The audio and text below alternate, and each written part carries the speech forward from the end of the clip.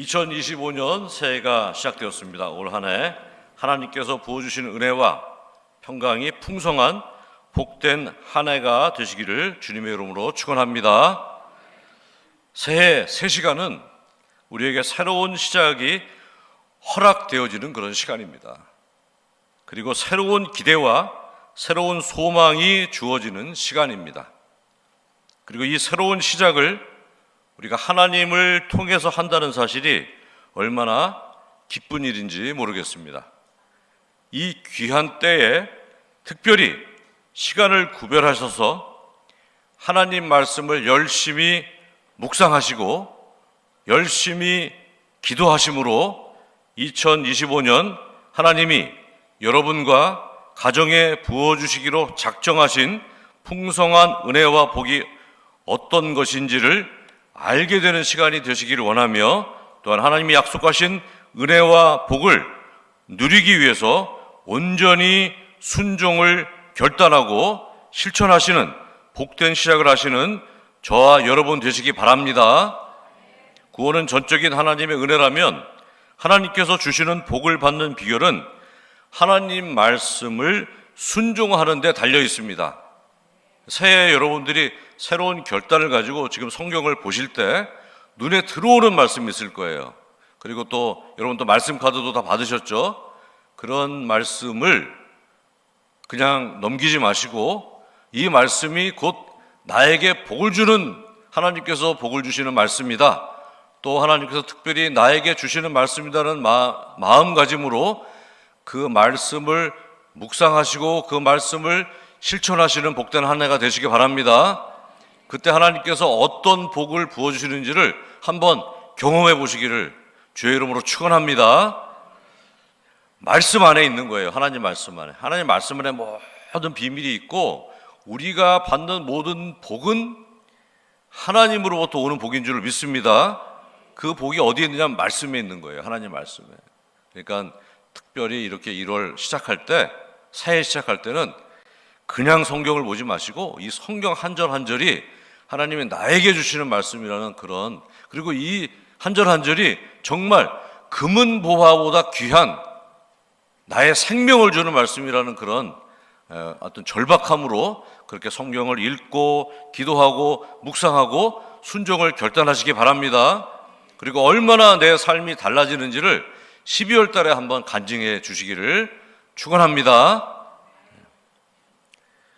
하나님은 여러분 개인과 가정뿐만 아니라 우리 교회에도 원하시는 뜻과 그리고 우리가 공통적으로 한마음으로 순종해야 될 말씀을 또한 주셨습니다. 바로 궁극 표어이면서 우리 교회가 표어로 삼은 삶으로 증언하라는 말씀입니다. 삶으로 증언하라. 우리 교회는 이 표어를 올 한 해 하나님이 우리 교회 공동체에 주신 사명으로 알고 한마음 한뜻으로 순종하며 살아야 할 줄로 믿습니다.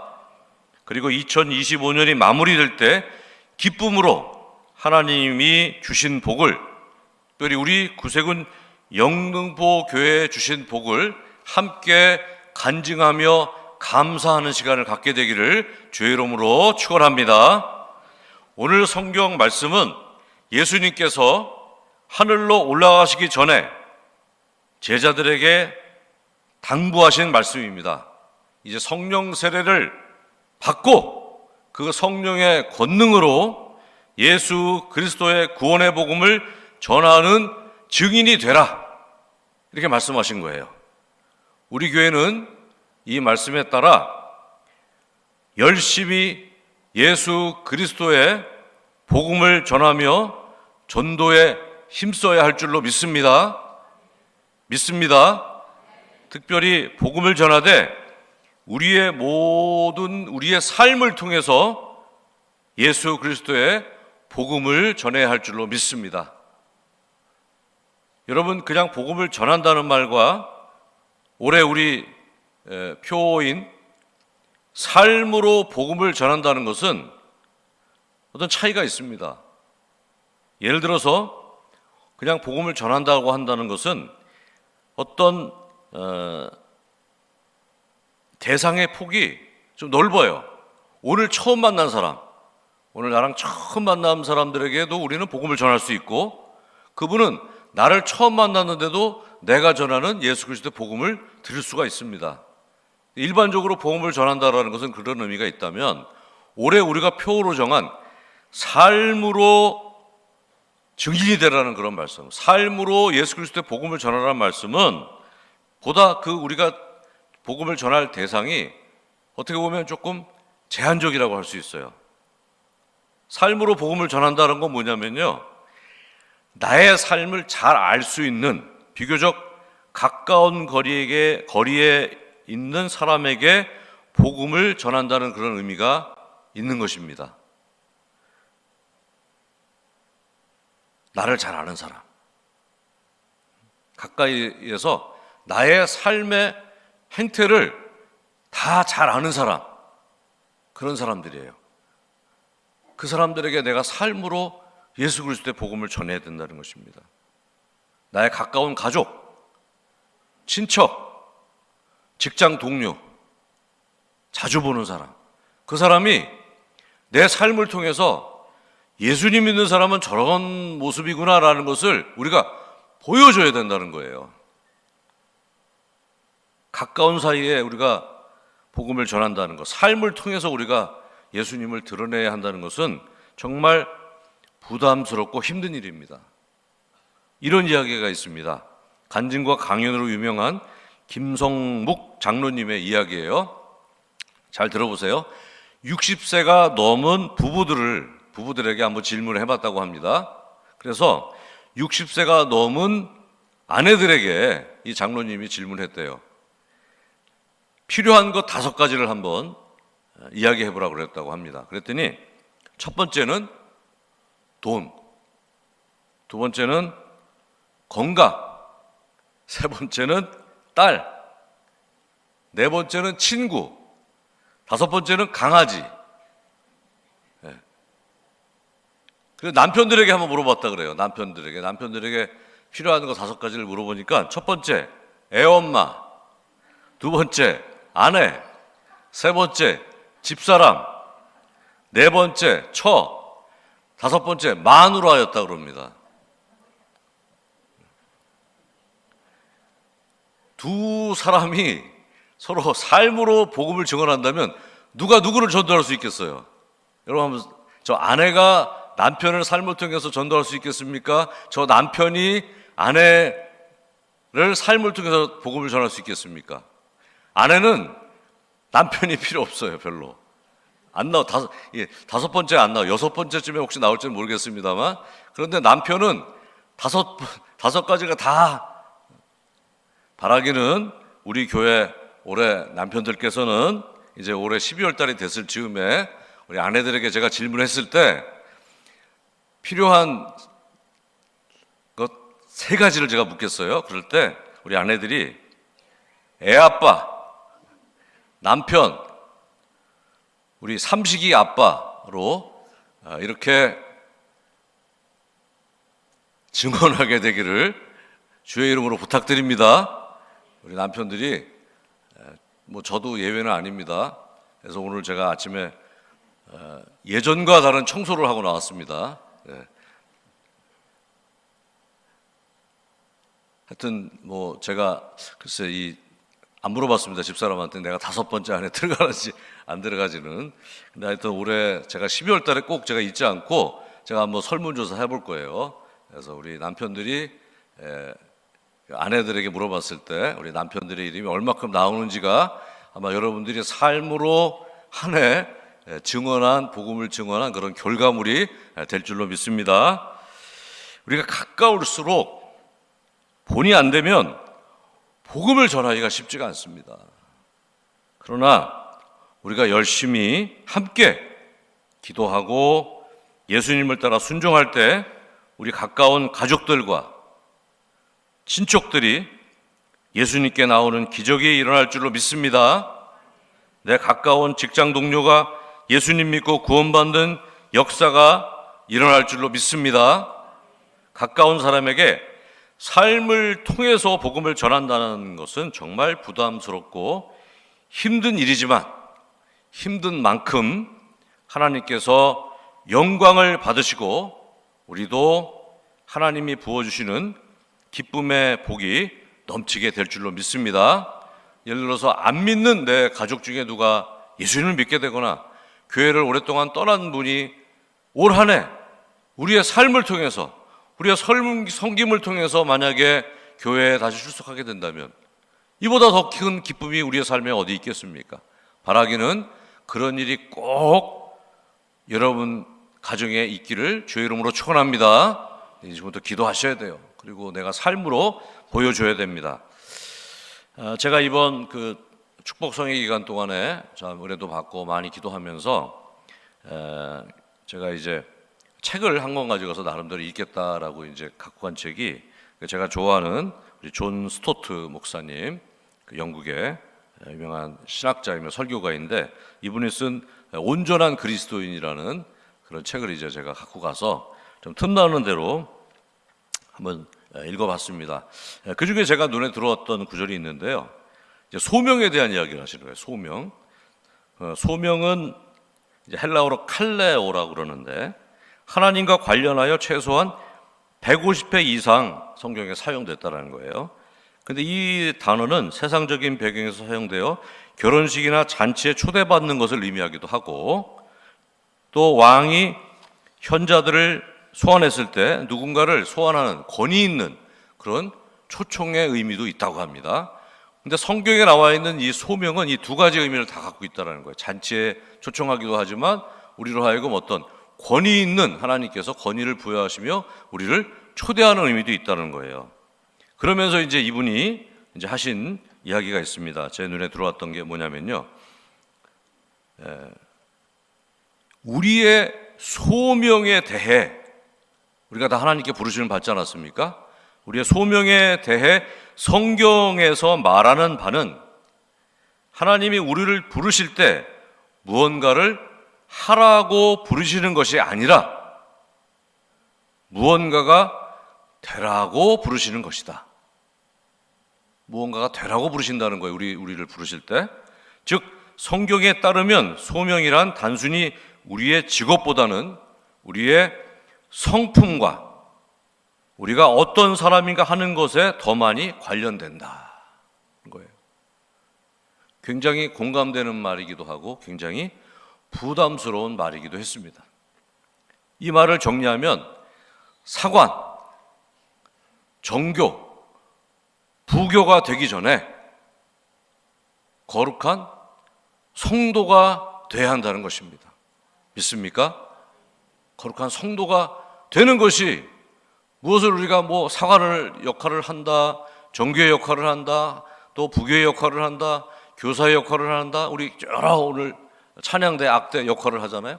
하기 전에, 무엇을 하기 전에 하나님이 진짜 우리를 부르신 이유는 예수님을 닮은 성도가 되라고 부르셨다는 거예요. 믿습니까? 성도가 되어야 한다는 거예요. 우리의 부르심에 대한 우리의 응답은 성도가 되어야 된다. 성도, 거룩한 자예요. 거룩한 자. 교회는 성도의 모임입니다. 그냥 사람이 아니에요. 성도의 모임입니다. 거룩하게 하나님이 구별하신 사람들의 모임이 바로 신약시대의 교회예요. 우리는 먼저 성도가 되어야 할 줄로 믿습니다. 적어도 예수님을 믿고 닮으려고 하는 변화된 인격, 정확히 말씀드리면 변화되고 있는 인격, 점점 나아져야 된다는 거예요.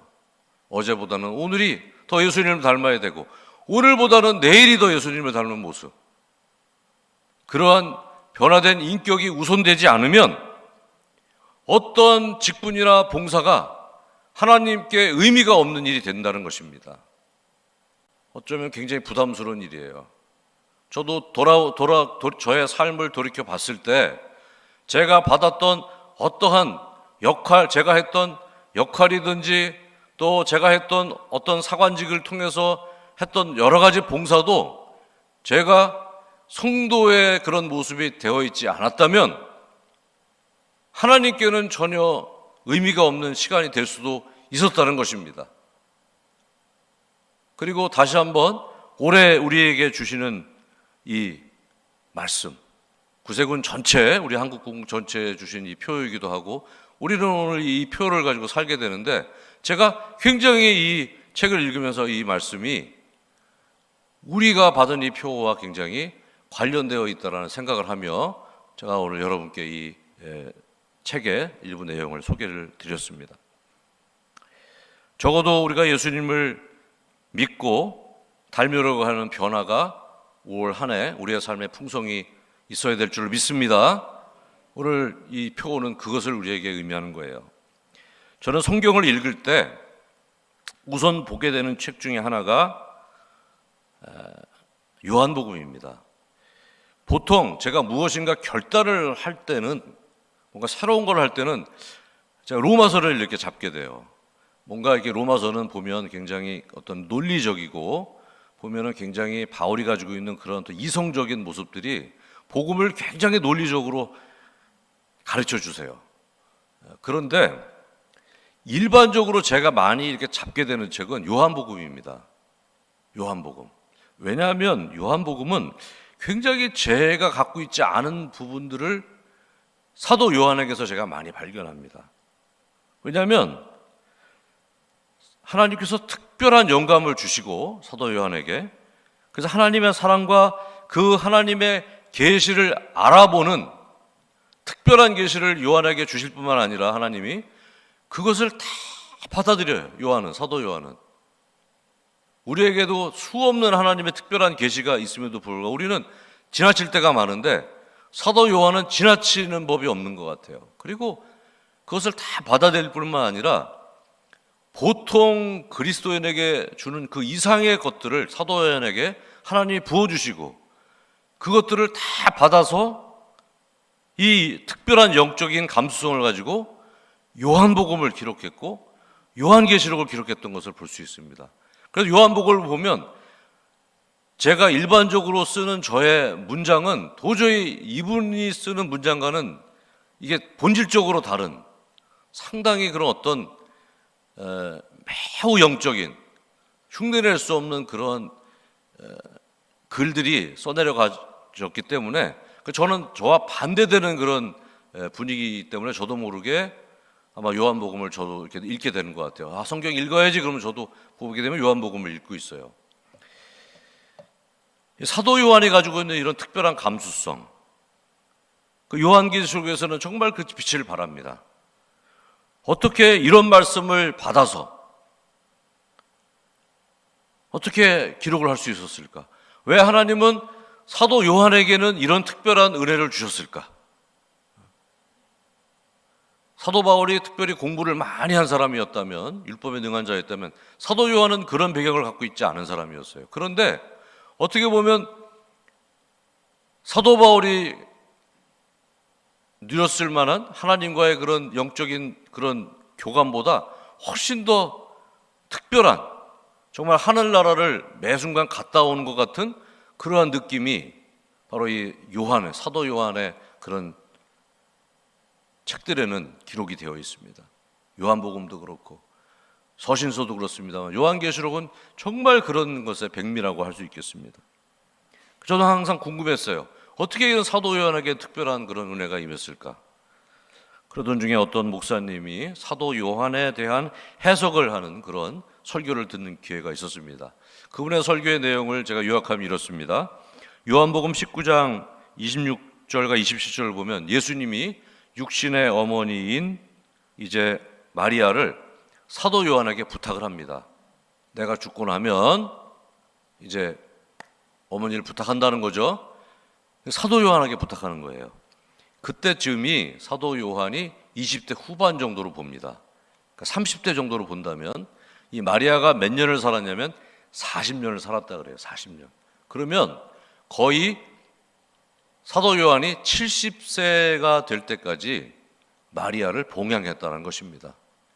자기 어머니도 아니고 아무리 예수님이 부탁했지만 남의 어머니잖아요. 그죠? 그분을 40년간 봉양했다는 것은 정말 보통 일이 아니었을 것입니다.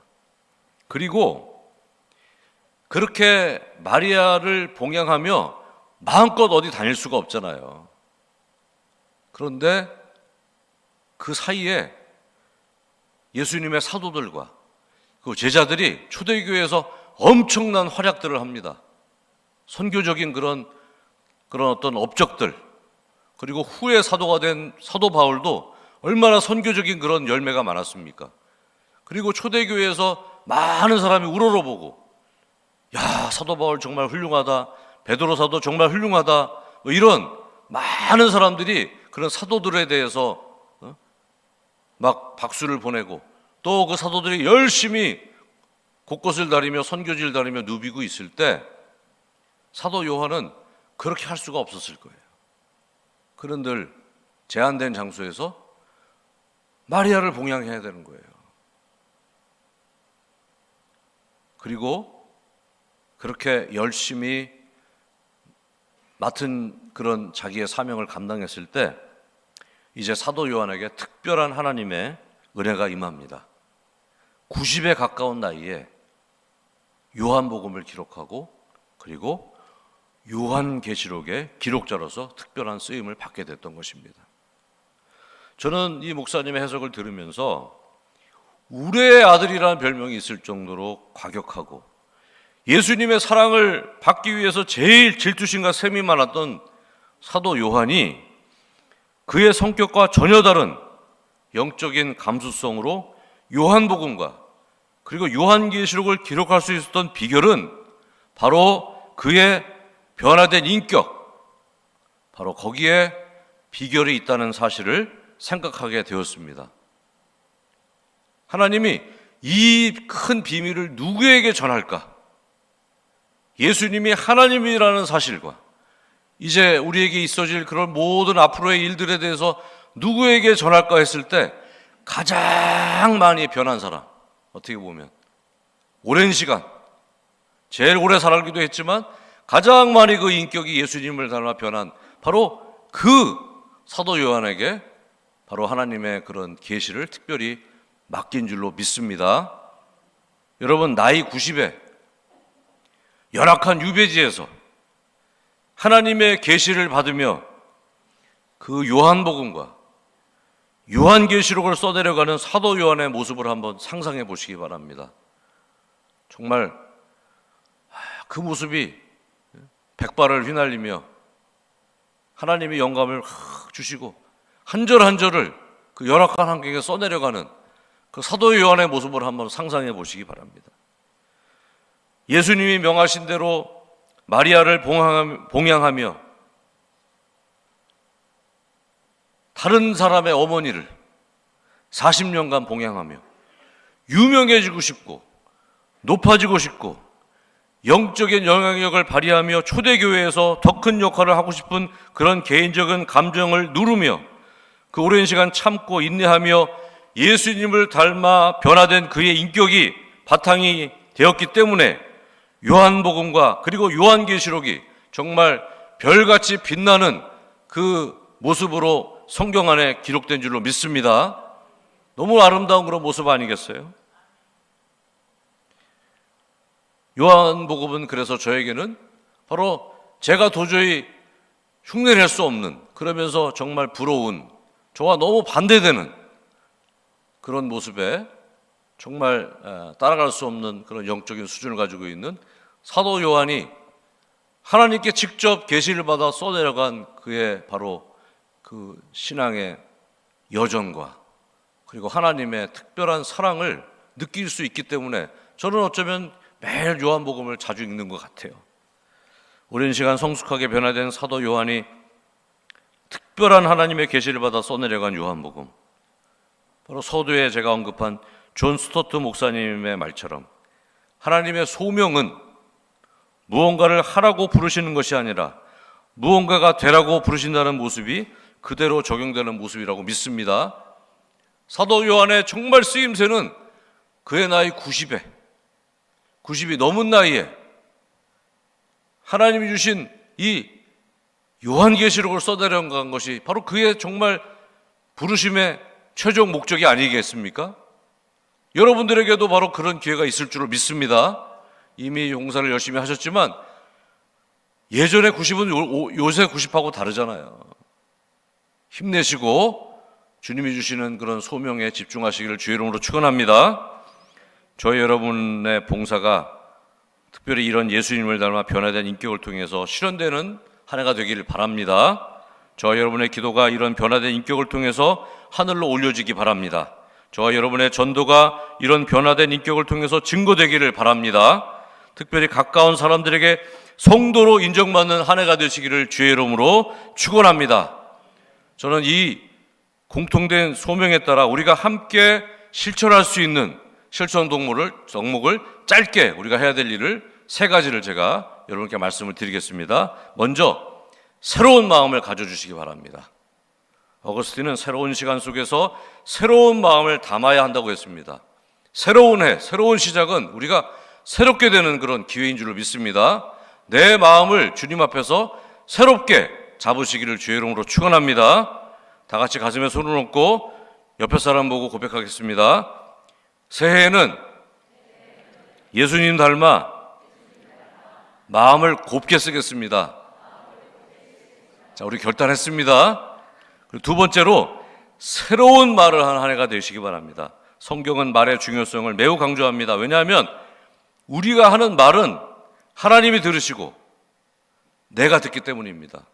그래서 시편 109편 17절과 18절에서 다윗은 이렇게 말합니다. 그가 저주하기를 좋아하더니 그것이 자기에게 임하고 축복하기를 기뻐하지 아니하더니 복이 그를 멀리 떠났으며 또 저주하기를 옷 입듯이 하더니 저주가 물같이 그의 몸속에 들어가며 기름같이 그의 뼛속으로 들어갔나이다.